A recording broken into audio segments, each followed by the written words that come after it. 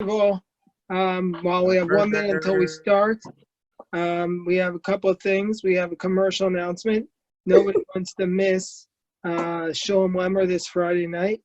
He's going to be leading us in a Kabbalat Shabbat, and that's going to be incredible. That's the first thing.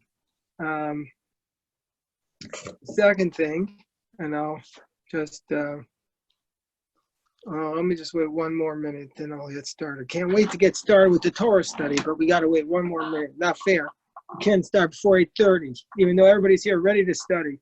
Hi, David. I see you. I'm going to hold on. Did you want to say something, David? Yes, I wanted to mention that today's Day of Learning is sponsored by the prisoners at Western Correctional Institution and chaplains Beitzel and Atkinson, who are very pleased to know we're studying on Lag BaOmer. Yes, thank you. I was going to mention that also because I have something special, which maybe you to tell you about that, which maybe you don't even know, which I was going to tell you. I was going to wait. Okay, now it's 8:30. So actually, David, today, Tuesday, the prisoners are honoring us by sponsoring Lag BaOmer, and I'm going to get to them in a second. Today's learning is sponsored also by Nancy Switkis in the honor of the 12th yahrzeit of Erwin Lee Feinberger, father-in-law. I'd say, Nancy, if we ever got your money's worth for a sponsorship, this is my 7th hour on Zoom today, and I've always mentioned it every single one. So you got your money's worth. And then Lag BaOmer itself is sponsored by the prisoners of the Western Correctional Institute, and they're also if these prisoners who make, I think, around 7 cents an hour can spend their money to sponsor Torah so that we can study. Now, we darn better well study Torah in honor of these prisoners because they're the ones who are inspiring us by committing to Torah study.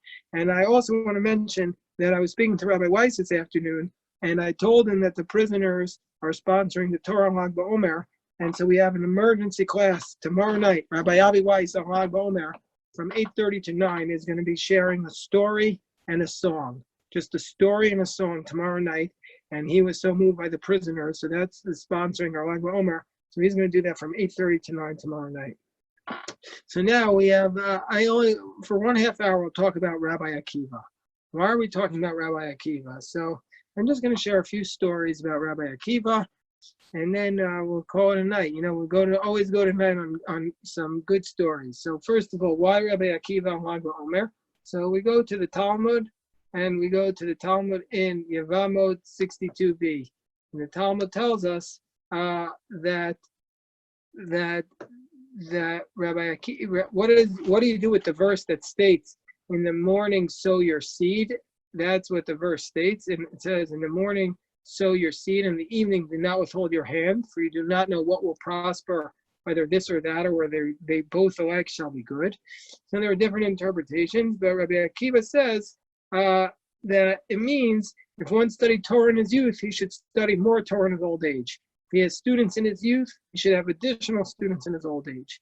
It's ironic because we'll see from another source that maybe Rabbi Akiva did not study Torah in his youth. But the Talmud then goes on to say that Rabbi Akiva had 12,000 either pairs of students or 12,000 students. It's not clear which one. Number 12 figures very prominently in the life of Rabbi Akiva because he was married for 12 years. He was married and went to study for 12 years before coming back and studying again for another 12 years. That's a story which maybe we'll have time to get to. But anyway, Rabbi Akiva had 24,000 students, 12,000 pairs of students, so that's 24. And they all died in one period of time, which and by the way, if people want to interrupt me with a question, by all means, but I just muted everybody. If you want to interrupt me, by all means. They all died in one period of time because shalom nagu kavod zeh lezeh, because they did not act with honor towards each other, and the world was desolate, and Rabbi Akiva did not give up. Can you imagine losing 24,000 students?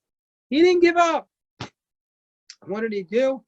He went down to the south, and he taught a second group of disciples, Rabbi Meir, Rabbi Yehuda, Rabbi Yossi, Rabbi Shimon, Rabbi Eliezer ben Shemua.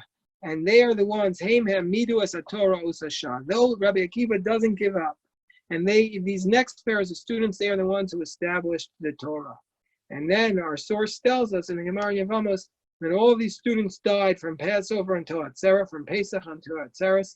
They all died a terrible death.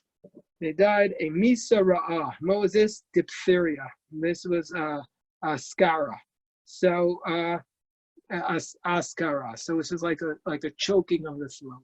But so what does this have to do with Lag BaOmer? So the Orach Chaim states, Ramah in Orach Chaim states that they did not die. They stopped dying on Lag BaOmer itself, and that's why even though this whole Omer period is considered to be a period of mourning, on Lag BaOmer they stopped dying. So because of this, there's a custom to treat Lag BaOmer with great festivity. Other sources say connected to Rabbi Shimon Bar Yochai's Yortzeit, but this is the reason why I wanted to study, especially on Lag BaOmer, about Rabbi Akiva's life. And then I mentioned this. Those will forgive me, those of you who are joined me for Mincha Ma'ariv, joined us, or for the Daf Yomi, but it's too much of a powerful connection not to share. And the Daf Yomi tells us that Rabbi Akiva himself.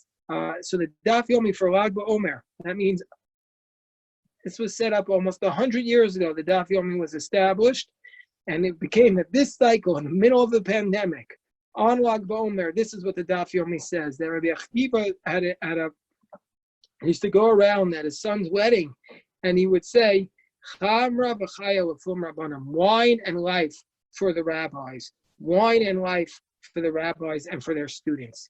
So this is the idea of l'chaim. The idea of saying l'chaim when you get a drink comes from the Gemara, from Rabbi Akiva, who would give, I'm sure you'll find another source for because it's in other cultures, but the idea is that this is what Rabbi Akiva would say. He would say life, the life for the students. And so the fact that that is in the Gemara in the middle of a pandemic on Daf Yomi on Lag BaOmer is a prayer that we're praying for, let there be life for Rabbi Akiva's students, and we are all students of Rabbi Akiva. So let me just share with you a couple of stories of Rabbi Akiva. Maybe some of you are familiar with these stories. If you are, good. If you're not, well, then you'll learn them for the first time. So the first, we're going to take a story from the source of, there's different origins as to when Rabbi Akiva started learning, but probably the most well-known is that Rabbi Akiva started studying for the first time at the age of 40. The age of 40. This is inspiration to all of us except for me, because I'm 46. If you're under 40, it's just inspiration. And even that you can still reach the level of Rabbi Akiva, because he started studying at the age of 40. But also all of us, no matter where we are, can achieve a great level. So Rabbi Akiva started studying for the first time at the age of 40, and the source for this statement comes from a work called Avot to Rabbi Natan. Avot to Rabbi Natan. Does anybody here this? Please tell me, what do you know about this work, Natan? Anybody want to say? So, Avot to Rabbi Natan is a work from the age of the Tanaim, but it was not included in the Mishnah, and it's an unusual source. There's really no source like it in all of the literature of the Talmud. It's sui generis. It's a very, very unusual work. I want to encourage people to look at it. It's available in Sefaria in English, and here's the story. Which is a great story, just a great story. So we won't read the whole story, but I'll tell you part of it. That what the Gemara, the Avot to Rabbi Natan says, what were the origins of Rabbi Akiva? It's a beautiful phrase. What were the origins of Rabbi Akiva? I'll hold on 1 second. Let me get the Hebrew here. He says. What was the beginnings of Rabbi Akiva? We'll see that the Gemara in Ksuvos and Nedarim has a different story about the beginnings. There's two different origin stories. But what was the beginnings of Rabbi Akiva? So Amru ben Arba'in. Oh, if people want to follow along, you can find the source in Sefaria, Avot to Rabbi Natan 6:12. So you could read the whole source, and it's available in Hebrew and English. So what were the beginnings? He was 40 years old. The Lo Shana Klum. He had studied nothing. Imagine that. 40 years old, he studied nothing. One time, he was standing by a well, and he said, we don't know who he said it to, but he said, what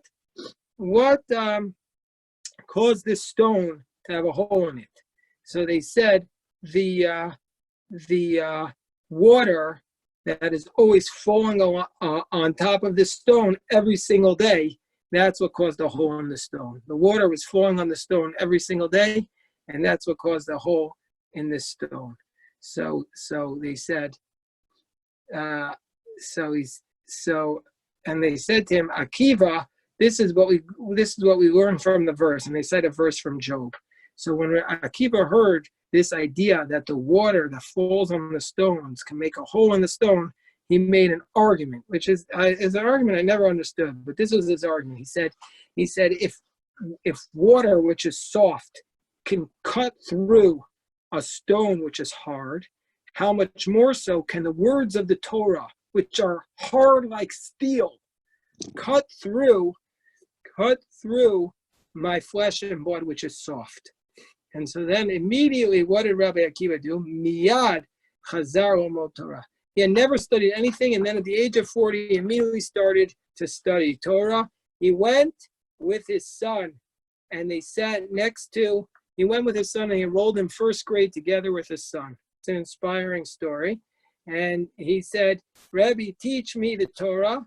And Rabbi Akiva took one end of the workbook, and his son took the other end, and they started writing Aleph Bet, and they learned it.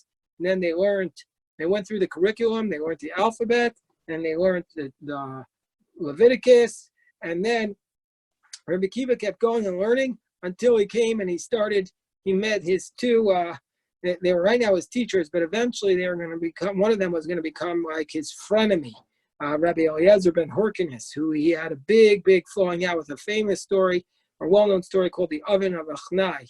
But here he was his teacher, and he said, give me the explanation for the Mishnah. And so they taught him one law, and he went and he sat by himself, and he started analyzing it carefully, and he brought it back to them, and he uprooted basically everything. And they said that the story is that there's a parable that he was like trying to move a mountain, and he was taking an axe, and slowly he was chipping away at the mountain, and then he picked up a big boulder and threw it into the Jordan River, and he said, your place is not on the mountain, your place is in the Jordan. So he picked, basically the way I understand that is he was picking up the teachers and saying, I am here, I'm taking over. And so the story continues that Rabbi Akiva then went and he studied for 13 years until he became the big teacher in all of the land. So he studied for 13 years, and then, hold on, let me continue where it is. And before he studied for 13 years, they told us that he would go home every day and he would bring a bundle of wood. And what would he do with that wood? He would sell half of it to his neighbors to get enough food to live, and the other half he would light it. And the neighbors were complaining. Neighbors were saying, it's too smoky in here. You're killing us with your smoke. Get some oil like the rest of us if you want to study. He said, no, because with this wood, I'm using it for three things. I'm using it for light, I'm using it for heat, and then afterwards I sleep on it.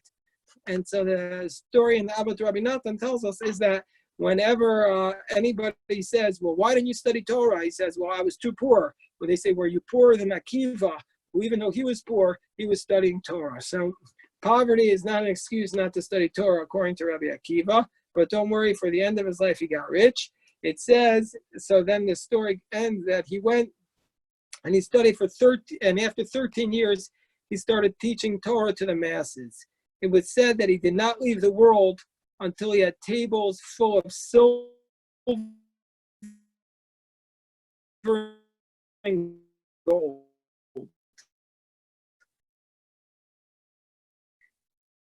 Gold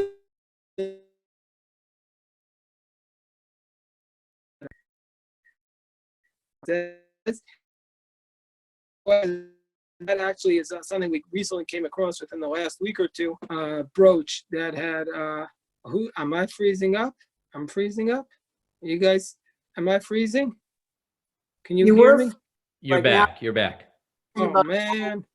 Better. Not gold was not clear.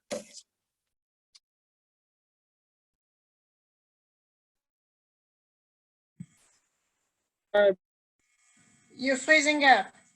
Had a table full of gold. He ended off his life. It's a very. I'm freezing up again. Yeah, you're skipping. We can't hear all your words, Rabbi. It's been off and on for about 2 minutes. Oh. The last 2 minutes we lost. If it happens again, let me know and I'll change the room. Okay, I'm able to go to a different internet. So let me know if I'm freezing up again. Okay, if it happens again, let me know. So, because usually this spot is good because we were able to teach in this spot. So, okay, but now I have maybe too many kids are on the internet.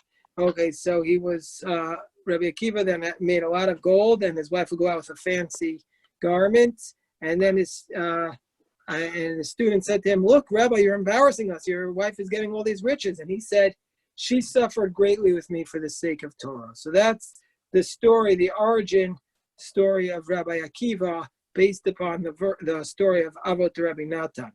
Okay, before I go on to another story, does anybody have any questions about this story? Any questions about it? Jeff, no questions? All right. So, all right, we'll go on to the next story of Rabbi Akiva, which is probably a very controversial story. It appears twice in the Talmud. It appears in Ketubot, 62, and Nedarim 50a. So the story of Ketubot, they're both the story of how Rabbi Akiva and his wife is Rachel.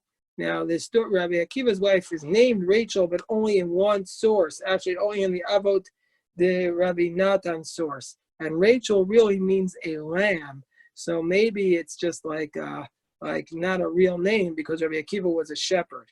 So the Gemara in Nedarim is talking about, and also in Ketubah, the background to the story is that the Torah scholars used to leave their wives for many, many years before studying. They all left their wives.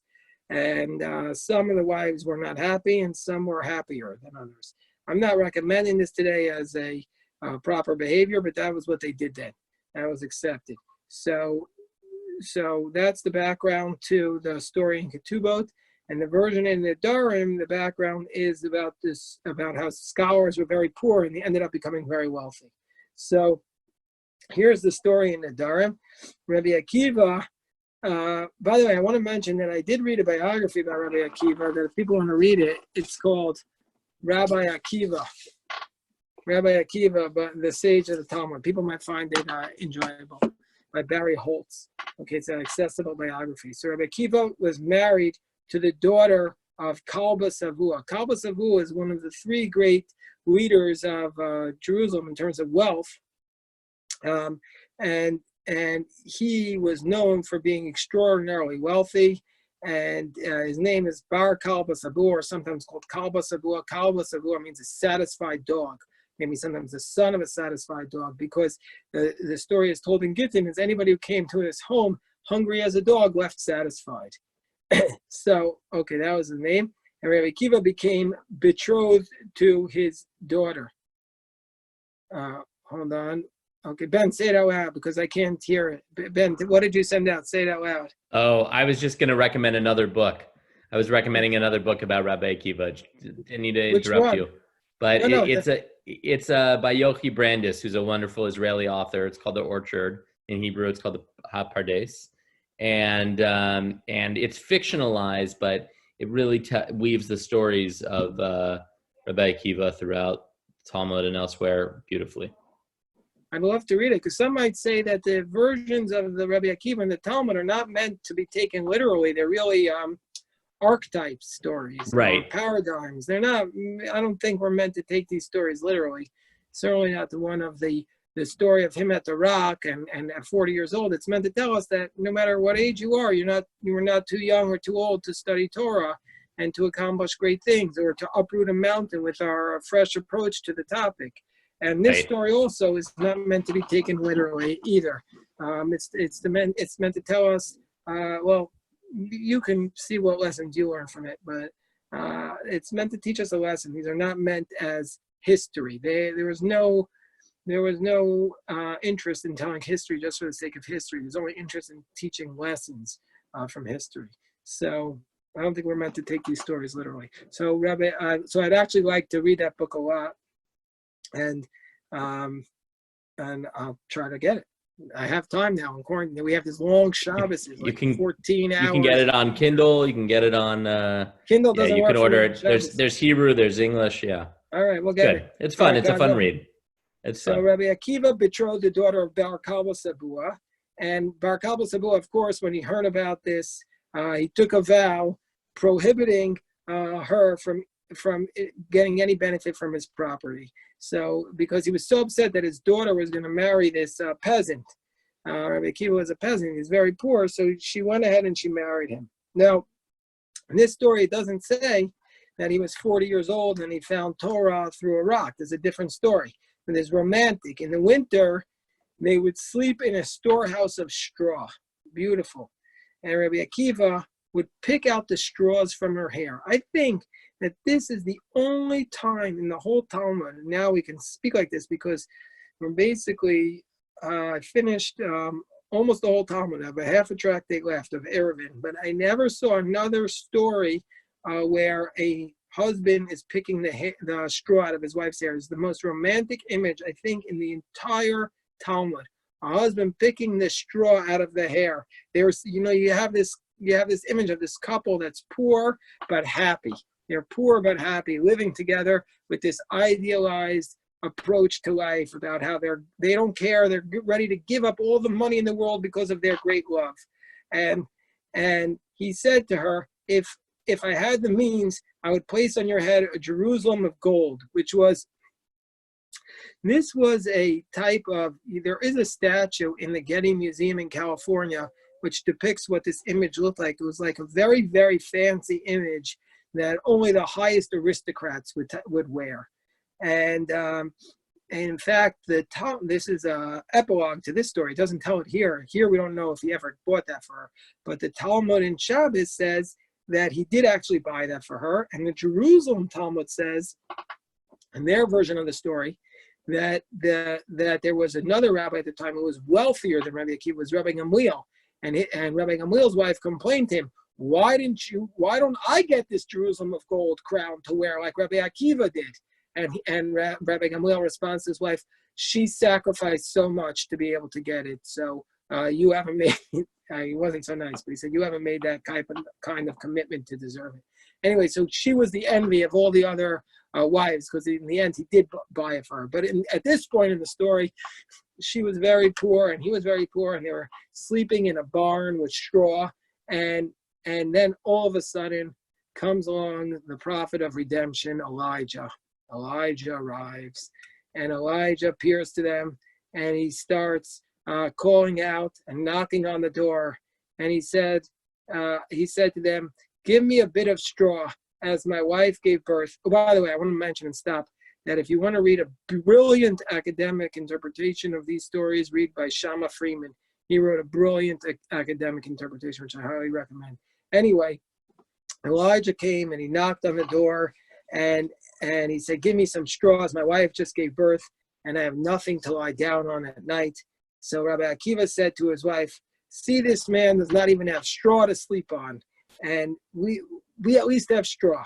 So they gave him straw, and then Rabbi Akiva's wife, in this version of the story, very different than the other version. And you have to read this version as saying, because there were other women in the Talmud who did not like that their husbands went away for 12 years. But 12 years was, in those days, that was like basically they wanted to marry off the men before they could do a lot of damage in the world. So they married them off, and then they sent them off to study, basically, in the yeshiva. That was the accepted course of practice.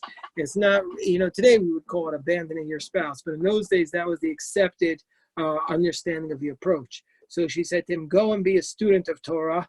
And he went and studied for 12 years before Rabbi Eliezer and Rabbi Yoshua.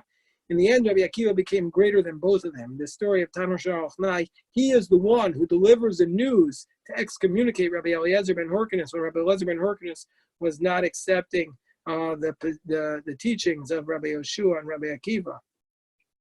And at the completion of 12 years, he was coming home, and he heard from behind his house, he heard that there was Chad Rasha. Now, this is the version in the Dharam. In Ketubot, it says an elderly man, a Zaken Echad. So it's a different story depending on how you do it. But there was a wicked person saying to his wife, your father was right to disinherit you. And why was your father was right to disinherit you? Because your husband is not appropriate for you. He's a peasant. And furthermore, he left you a widow for all these 12 years. And she said to him, if he listens to me, let him be there for another 12 years. Meaning to say, if it was up to me, he'd go back and study even more. So Rabbi Akiva heard this, and he says, okay, she has given me permission. And he turned his back, and he went back, and he went and he studied for another 12 years. Certainly, we don't recommend that for husbands today. But the point was, I think the point of this story is that for people to achieve greatness in anything, especially in Torah study, it requires an enormous effort and dedication on the part of both the husband and the wife and both spouses to achieve anything great. And so he came back, and he was gathered together by 24,000 pairs of students. These are the students we assume were the ones who are mentioned in, well, it can't be the ones that were mentioned in Yevamot, because there were 12,000 pairs, and here there are 24,000 pairs. So this is double the amount. And when everybody went out to greet him, and because by then he was very famous, and she too went out to greet him, but he didn't. But people didn't recognize her. So somebody said to her, "Where do you think you're going?" And she said a line back. She said, she quotes a verse from Proverbs, and she says, "A righteous man, Yodea tzadek nefesh be'emto, a righteous man knows the soul of his animal." So, I mean, that's a strange verse to say, but it means that he'll recognize me because he's righteous. So she came off in front of Rabbi Akiva, and his students tried to keep her away, but because they didn't know who she was. And he said to her, leave her alone, because he says, what's mine and what's yours is all hers. That's what he said. And that was the story. And then Bar Kalba Sabua, her father, he heard that there was a great rabbi in town, and he came to, you're allowed to annul your vow if you went to a sage. So he went to a sage, and he went to annul the vow, and he said, and here too we have to say that this story in the Dharm doesn't have the same version in Ketubot. Here in the Dharm it says he went to annul the vow, and Rabbi Akiva annulled the vow. But the story in Ketubot is that he went to annul the vow, and he said, I made a vow which I regret. And Rabbi Akiva said to him, what was the vow? And he said, well, I vowed that my wife, my daughter, that she can't have any benefit from me because she married a man who was a peasant. And so Rabbi Akiva said to him, and he didn't know Rabbi Akiva's identity, and he said, if you would have only known that this man would become a great scholar, would you have made such a vow? And he said, if I would have known that he could even know one letter, I would never have made the vow. And Rabbi Akiva annulled the vow, and then Rabbi Akiva and his wife got all the money, and they became very rich. It's like a fairy tale. So these are just some of like the origin stories of Rabbi Akiva. But of course, the stories, this is just a few of the stories, probably the most powerful and famous story is the one we didn't have time to do. That's the one of where Rabbi Akiva was in prison, and he gave up his life to teach Torah. And while he was in prison, he said, just like a cow needs to give the milk, so too I need to teach the Torah. And he gave up his life, and he died al Kiddush Hashem. And I mean, this is just a little bit of the stories of the flavor of this just tremendously powerful figure in the Talmud, whose teachings are, to this day, probably the most prolific Tana in the entire Talmud. I mean, I was thinking about like just his impact, his influence, that the Zionist youth movement, which I grew up, is called the Children of Akiva. They're not called the name Moshe. They're called the Children of Akiva. Children of Akiva. Rabbi Akiva is also the great comforter throughout the Talmud. That when he saw the temple, when he saw foxes running on the temple, and he started laughing because he says this is a sign that this is a sign that the prophecy of doom has come true. So now we know that the prophecies of joy will also come true. These are just a little bit of the stories of Rabbi Akiva, which I wanted to just gather together on Lag BaOmer and share. I'll take any questions now or any interpretations, please, by all means. Anybody? Elaine's Dave, raising her hand. you have to Elaine? unmute yourself. Yes. Rabbi, my Yes. question is, now these students like Akiva, and they go away for 12 years, could they ever come back for furloughs on weekends? So Or they were supposed to go back on Yom Kippur, but there was one man who didn't even go back on Yom Kippur, and he got in big trouble, and his wife dropped a tear, and he died as a result of that. That's a story. So I guess they didn't have children. Did they have children with Some their of them wives? had children. And another version of one story that he came home and he didn't even recognize his child. Yeah, that's another version in Ketubot. Yeah, Wow. yeah, yeah. We would call them today like deadbeat dads, but that's what the culture was. Yeah. Any other point, David? Were you raising your hand there? Okay. All right, I'd my just like friends. to make So, a Thank point, you so Rabbi. much, Rabbi. and then tomorrow night, remember, Rabbi Weiss is going to teach us a story and a song tomorrow night from 8:30 to 9. All right. Oh, Everyone should have a wow. great night, my friends. Tomorrow night from 8:30 to 9. Thank you for everyone for studying Torah, and God willing, I'll see you tomorrow. Bye-bye. Rabbi,